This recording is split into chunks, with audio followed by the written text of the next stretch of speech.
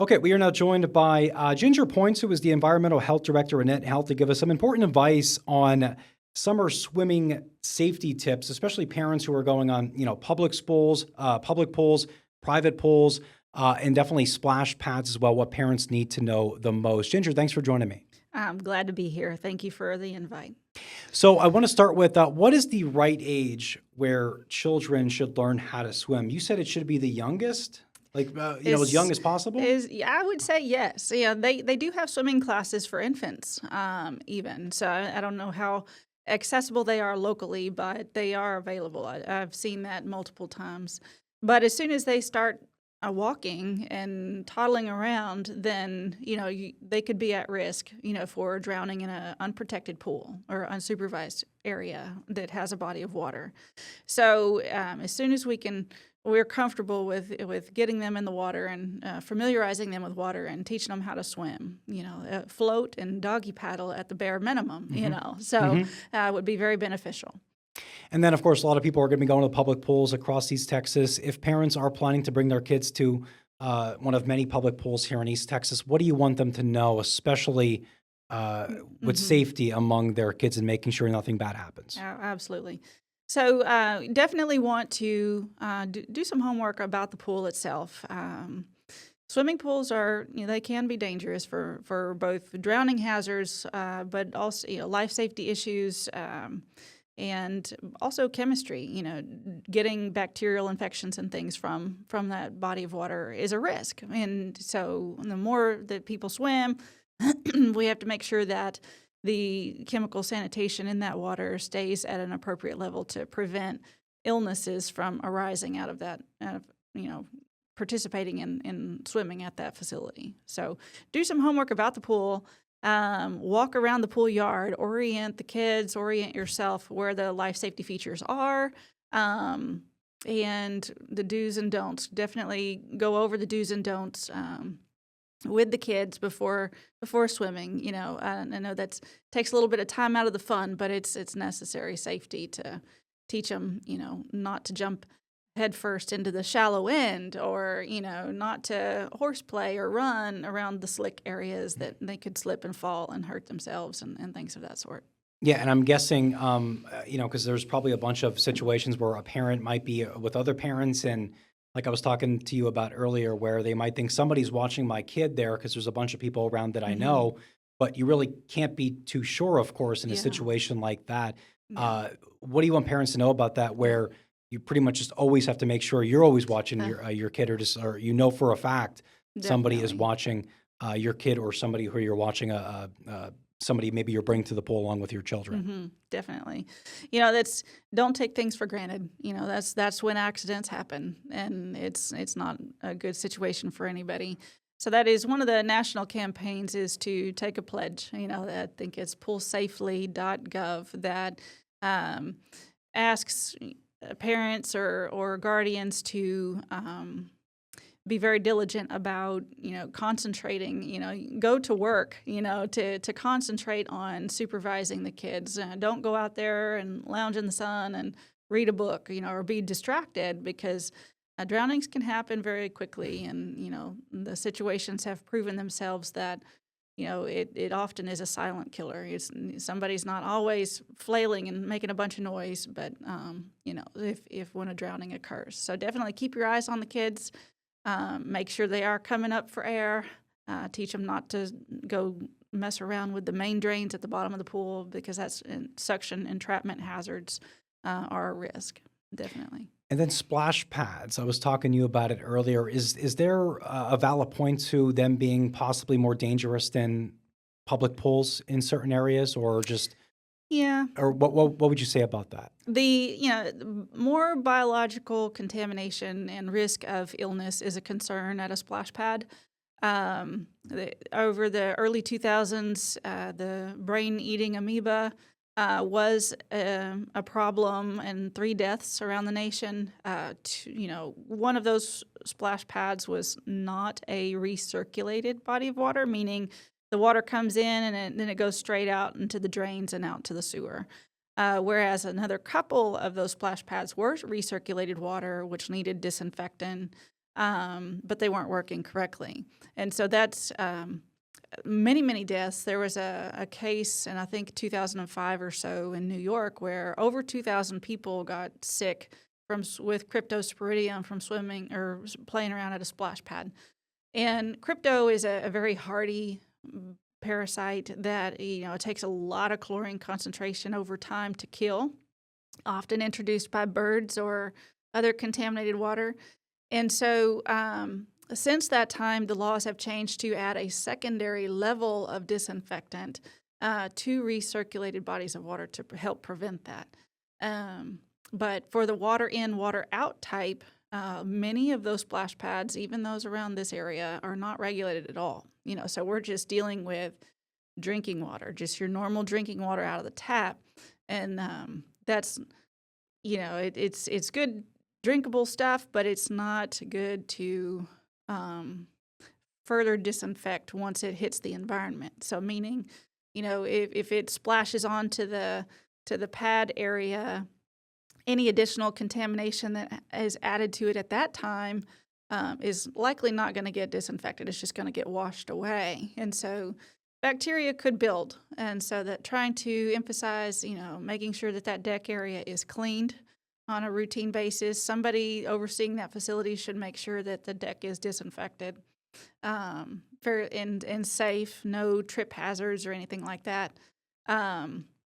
But definitely teach the kiddos not to drink the water or let it spray up your nose or sit on the jets, to add any bacterial contamination or to make sure to take bathroom breaks as opposed to using just peeing on the deck. That's not great.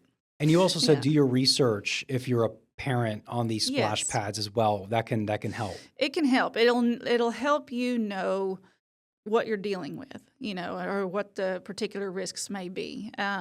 If it is a recirculated body of water, it will be an inspected facility, and so you can ask. All inspection reports are public record, so you should be able to see, who's managing it, how it's being overseen, and things like that. So you should also have access to that. There should be signage, safety signage and things at those splash pad areas that you can also reference and take a look at for any additional rules for safe play. And chlorine in public pools, private pools, et cetera, is there anything parents should know about maybe limiting their kids to chlorine over the summer months? Or like what can you say about that? Because, Yeah. chlorine can have certain effects on your skin and hair and stuff like maybe not too detrimental, but you'd certainly notice when you've been in and out of the pool, I'm guessing, Oh, right? for sure. Right. So ideally, when the water chemistry is correct, you should not have much effect at all, truly.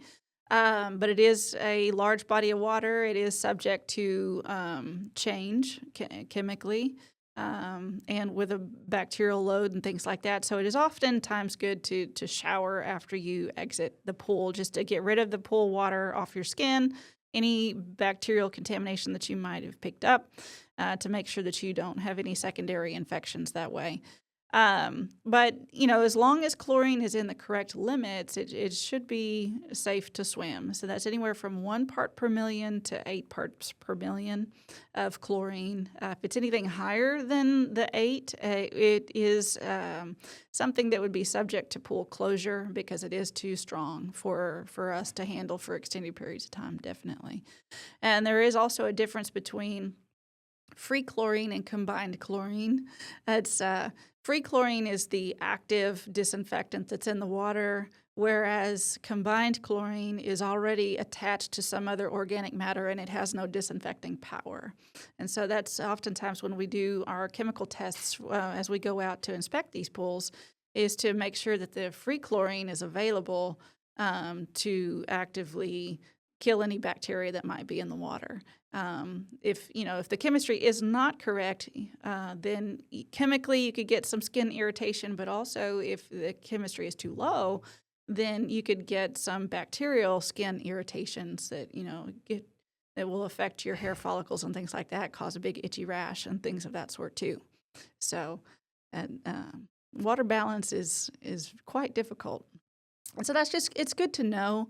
After a big rain or after large amounts of people go and swim in a pool at a time, the water chemistry takes a big hit. And so knowing, we do ask that each commercial pool test the water about 3 times a day, so that they can catch the shifts and the changes in the swings in chemistry and make those adjustments so that it can be as stable as possible. But if that is neglected, then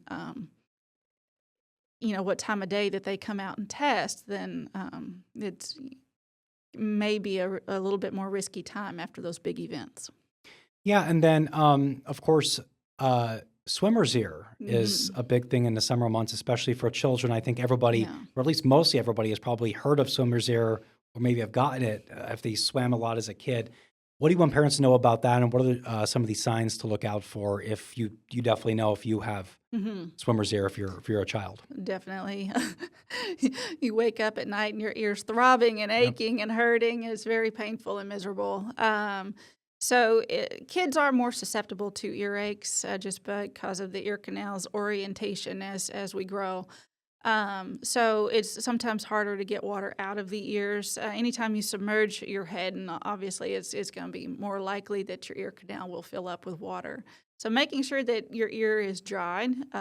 They have some drops over the counter that you can use after a swim, or alcohol or peroxide, can help disinfect and sanitize the ear canal, which is advised, But if the infection is already hit, then definitely seek out that medical help because just to get rid of that infection. And the one thing I forgot to ask you during our live interview this morning about lakes. Of course, we have a bunch of lakes here in East Texas, beautiful lakes. What advice would you have to parents about if their children or people they might be watching are swimming in these lakes? Is there anything they need to be really watching out for, or is kind of these same things are going to apply to lakes here in East Texas, like you were talking about in public pools and swimming at splash pads? Of course, there's no chlorine Right. in these lakes, but what else can you talk about when it comes to lake safety? Yeah, definitely.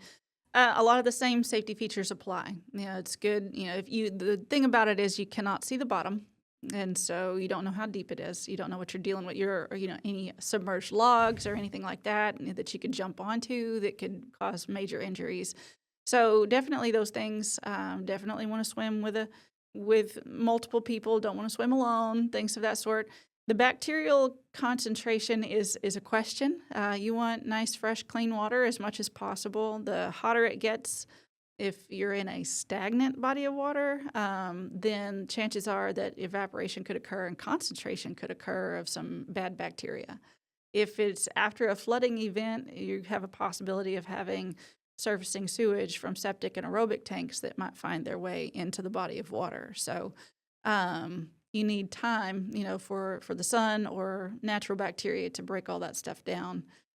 Ideally, it won't ever find its way to our lakes and streams, but sometimes it does, So knowing that there is, extra bacteria and stuff that you don't want to necessarily inhale up your nostrils or ingest, that can definitely cause some illness that way. But it's just mostly drowning issues and hazards to watch out for. So life jackets or using the buddy system and making sure that somebody is within reach, definitely. Definitely. And then finally, is there anything else you can talk about here this morning about this summer swimming safety tips or anything that parents need to know moving forward? Don't forget about the sun. Of course, I didn't even ask about that. Don't forget Of about course. the sun.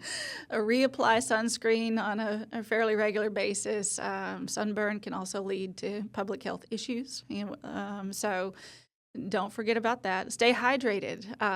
Bring some bottled water and stuff because you sometimes don't realize you're playing in a pool, but you can dehydrate too. So definitely take care of yourself out there. With sunscreen, because that's the one thing I forgot to ask, and that was what I wanted to ask you this morning. What is the safest, or what should kids be wearing when it comes with all the different sunscreens out? Maybe it's kind of a complicated answer, but what would you recommend, or what have you seen? That's a good question. That I'm not probably the best professional to ask on that. I would go for the 100, right? It depends on your complexion, depends on your susceptibility, family histories, things like that, perhaps. But and the exposure, how much time you're going to be out there. But definitely, I would say anything over 30, certainly SPF.